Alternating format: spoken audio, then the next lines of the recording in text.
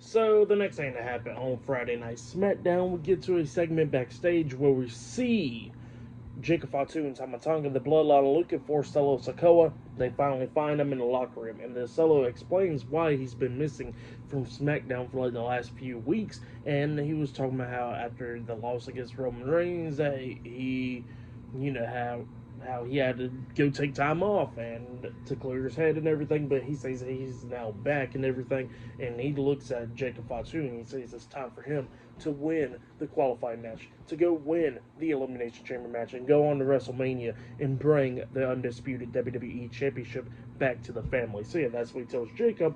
Jacob was about to walk out, and then Solo stops Jacob, and he says, "Jacob, I love you," and then Jacob looks at me and just walks off. So yeah, that's what happened there. But then after that, we get to the next segment of the night where we see the United States Champion, Shinsuke Nakamura. He comes out there to the ring, and he was talking about how he's been looking for a worthy challenger for like the last couple weeks. He's been in the shadows and all that. And, he's looking for that challenger to face him for the United States Championship and all that stuff. But then he gets interrupted by LA Knight.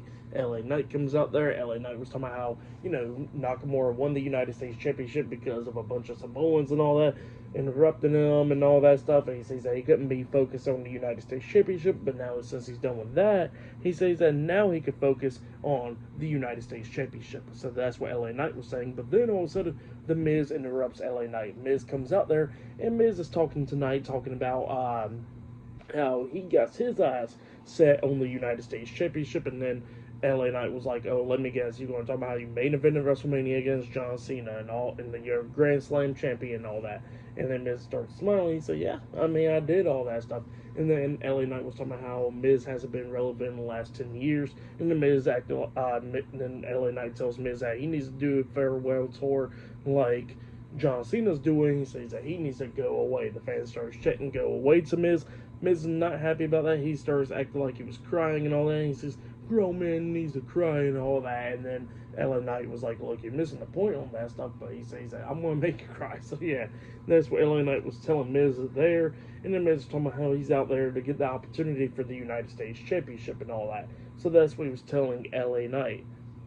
And then we see Miz try to attack LA Knight, but then LA Knight ducks to hit. He tries to hit the PFT on the Miz, but Miz quickly pushed him away, escaping out the ring. But then all of a sudden, we see the SmackDown general manager Nick Aldis. He comes out there to the ring, out there in the arena, and he says tonight it will be the Miz versus LA Knight. Right now, in a number one contenders match, winner of that match will be the next challenger for the United States Championship. So yeah, that's what Nick Aldis tells them. But yeah, up next it'll be LA Knight versus The Miz 1-on-1 up next on SmackDown. So yeah, I'll see you guys later.